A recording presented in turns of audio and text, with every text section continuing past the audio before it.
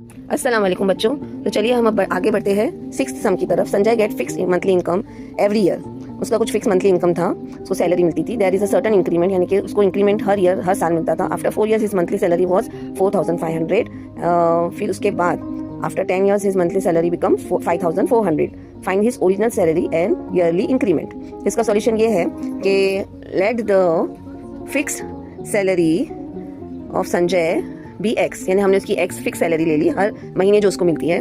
फिर उसका जो इंक्रीमेंट था, हर साल वो कंपनी उसको कुछ ना कुछ इंक्रीमेंट देती थी, तो उसको हम ले लेते हैं लेट इट बी वाई। फिर according to the first condition के तहत उसको जो थी वो सैलरी उसकी जो थी, क्या बोला गया है, there is a certain increment in his salary after 4 years, यानी 4 साल के बाद हिज मंथली सैलरी वॉज ₹4500, यानी कि 4 साल के बाद उसकी मंथली सैलरी कितनी हो गई थी, 4500। ठीक है, तो हम पहले उसका फर्स्ट कंडीशन लिखेंगे x + 4y = 4500। ये हमारा फर्स्ट इक्वेशन हो गया।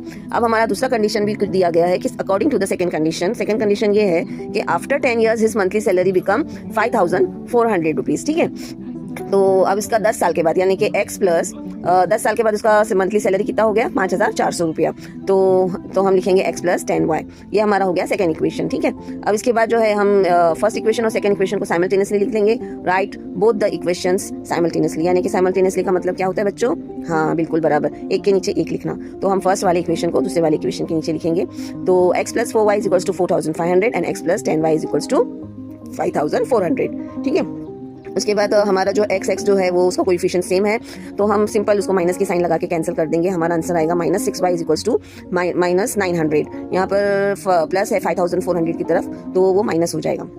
सॉरी फॉर द मिस्टेक, मैंने यहाँ पर माइनस लिख दी हूँ। अब y की वैल्यू जो हमारी होगी, y = 900 को 6 से डिवाइड करेंगे हम, तो हमारा आंसर आएगा 150। 6 × 1 = 6, 6 5 = 30 एंड 0। तो हमारा y का वैल्यू हमने फाइंड आउट कर लिया है कि 150 है। तो हमारी इंक्रीमेंट हमको मालूम पड़ गई है कि हमारा इंक्रीमेंट क्या है, 150। अब हम क्या करेंगे बच्चों कि जो इंक्रीमेंट जो y की वैल्यू हमें जो फाइंड आउट हुई है, वो हम कोई भी इक्वेशन की उस इक्वेशन के पास लगा देंगे। ठीक है, तो हम लिखेंगे 150 इन इक्वेशन 1। तो इक्वेशन 1 में हमने y को लगाना है x + 4y = 4500।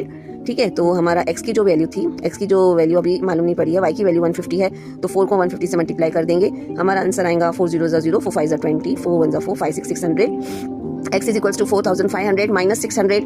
फिर हम लिखेंगे x = 4500 में से निकाले तो 3900 रुपये, यानी कि उसकी जो मंथली सैलरी थी, ओरिजिनल जो सैलरी थी वो थी 3900। ये हमारा आंसर हो चुका है। तो बच्चों, अगर आपको मेरे वीडियो अच्छे लगते हैं या समझ में आते हैं तो प्लीज़ मुझे लाइक और सब्सक्राइब करना मत भूलिए।